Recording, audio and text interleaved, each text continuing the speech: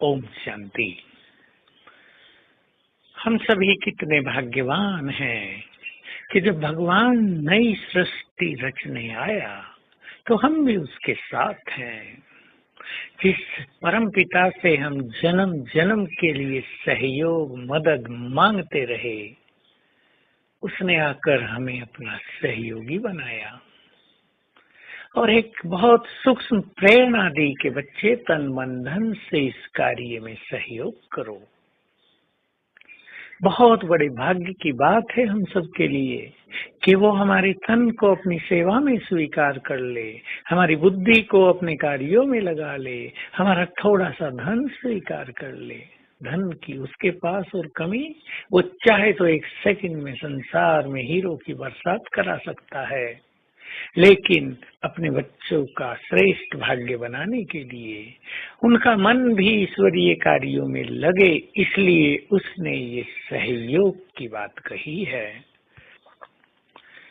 इसलिए मन वचन कर्म से, तन मन धन से, अपनी योग्यताओं से, अपनी धारणाओं से हमें उसके कार्यों में सहयोगी बनते ही रहना है। ये ध्यान रखना है उसके कार्यों में हम विरोधी न बने, विघन न डालें। कई बाबा के ही बच्चे उसके कार्यों में विघन डालते हैं अपने अहम के अनुसार, अपने क्रोध के कारण।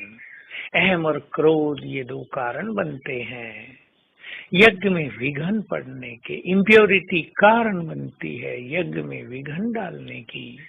हम इनसे बचें, क्योंकि भगवान के कार्यों में विघन डालने वाले को उसकी ब्लेसिंग्स नहीं मिलती, वो बद्दुआएं किसी को नहीं देते। पर ऐसी आत्माएं उनके गुड ब्लेसिंग से, उनके आशीर्वाद से, उनकी मदद से वंचित हो जाती हैं। जैसे उनका ध्यान ऐसी आत्माओं से हट जाता है तो वो इस संसार में अकेले रह जाते हैं। और याद रखेंगे आने वाले समय में जबकि सभी के कर्मों के हिसाब किताब चुकतू करने का खेल और तेज हो जाएगा, जो हो चुका है। बिना बाबा की मदद के कोई भी सुखी हो नहीं पाएगा। बिना बाबा की मदद के आने वाले विघ्नों को कोई पार नहीं कर पाएगा। इसलिए सावधानी पूर्वक हम उसके कार्यों में सहयोगी रहें, विघ्नकारी नहीं, तो उसके सहयोग के हम पात्र बन जाएंगे। अगर हमें उसके कार्य में कुछ नहीं करते होंगे तो भला वो हमारे कार्यों में कैसे कुछ सहयोग करेगा। हम सभी जानते हैं सहयोग स्नेह को बढ़ाता है, और अगर हमारा बाबा से बहुत स्नेह है तो इससे हमारे अंदर उसके कार्यों में सहयोग की भावना भी उत्पन्न होती है। स्नेह और सहयोग जो अब हमारा भगवान के प्रति है, इसमें हमें बहुत आगे निकल जाना चाहिए।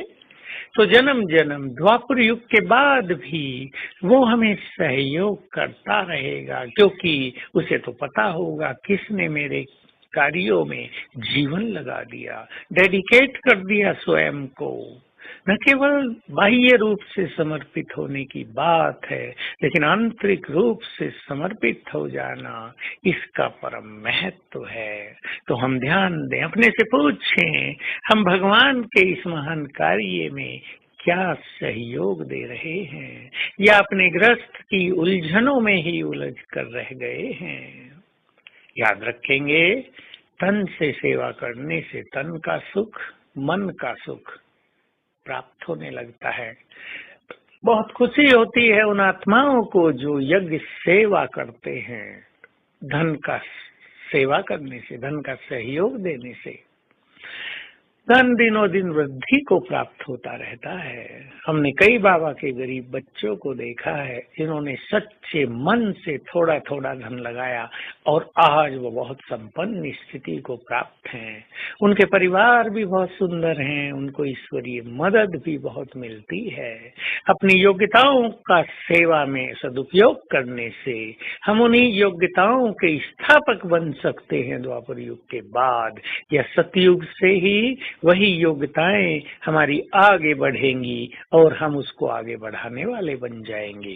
तो आइए आज हम सारा दिन बाप दादा का आह्वान करें और महसूस करें उसका वरदानी हाथ मेरे सिर पर है और बाबा मुझे दृष्टि दे रहे हैं और बाबा से दृष्टि देकर सारे संसार को दिन में कई बार दृष्टि दे दें। ओम शांति।